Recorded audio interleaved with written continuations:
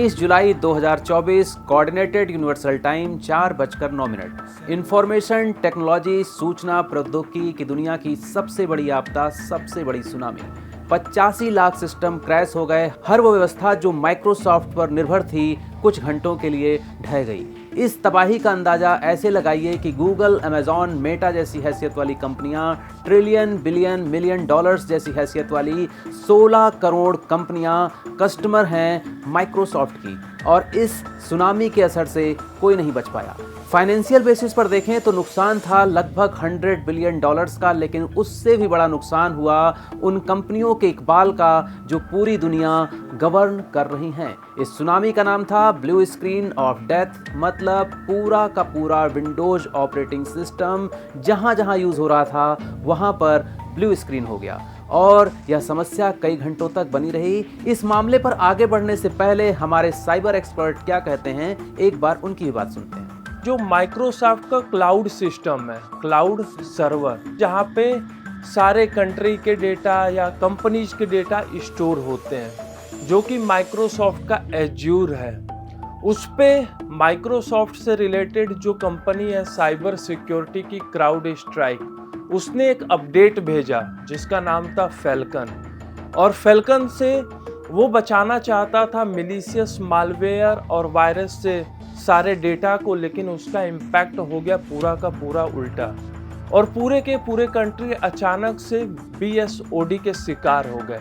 इस सुनामी में जहां ऑस्ट्रेलिया, अमेरिका, ब्रिटेन, जर्मनी और फ्रांस जैसे देश बह गए, भारत जैसे देश कई घंटों के लिए थम गए, वहीं पर चीन जैसा देश इस आपदा से अप्रभावित रहा, लगभग अप्रभावित रहा। पर चीन में ऐसा क्या था? चीन की गवर्नमेंट और चीन की कंपनियों पर इसका प्रभाव कम क्यों रहा?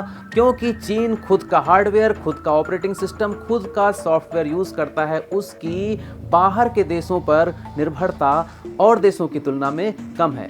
चीन की बहुत कम ही कंपनियां ऐसी हैं जो माइक्रोसॉफ्ट पर डिपेंडेंट हैं। इसी वजह से चीन इस आपदा से काफ़ी हद तक बचा रहा।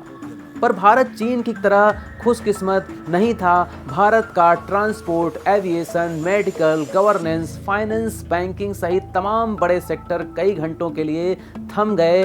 भारत भी चीन की तरह ही आत्मनिर्भर रहे, भारत के राज्य चीन की तरह आत्मनिर्भर रहें, और भविष्य में ऐसी घटनाओं से बचा जा सके उसके लिए भारत में अभी तक क्या हुआ है और भारत के राज्यों में अभी तक क्या हो रहा है, इस पर हमारे साइबर एक्सपर्ट क्या कहते हैं, एक बार उनकी भी सुनते हैं।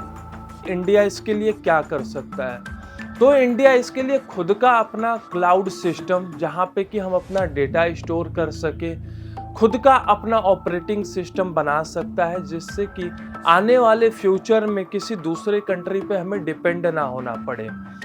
और दूसरी बात कि अगर आप विंडो यूज कर रहे हो और इस तरीके से चीज़ों से आप बचना चाहते हो तो आप क्या कर सकते हो?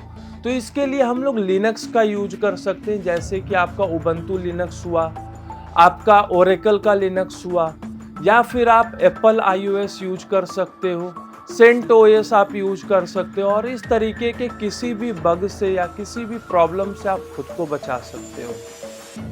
और इंडियन गवर्नमेंट भी इसको लेके अभी वर्क कर रही है। अभी हमने देखा कि नोएडा में जो हमारे यूपी के CM है, उन्होंने 5 क्लाउड सर्वर बनाने का तैयारी किया है।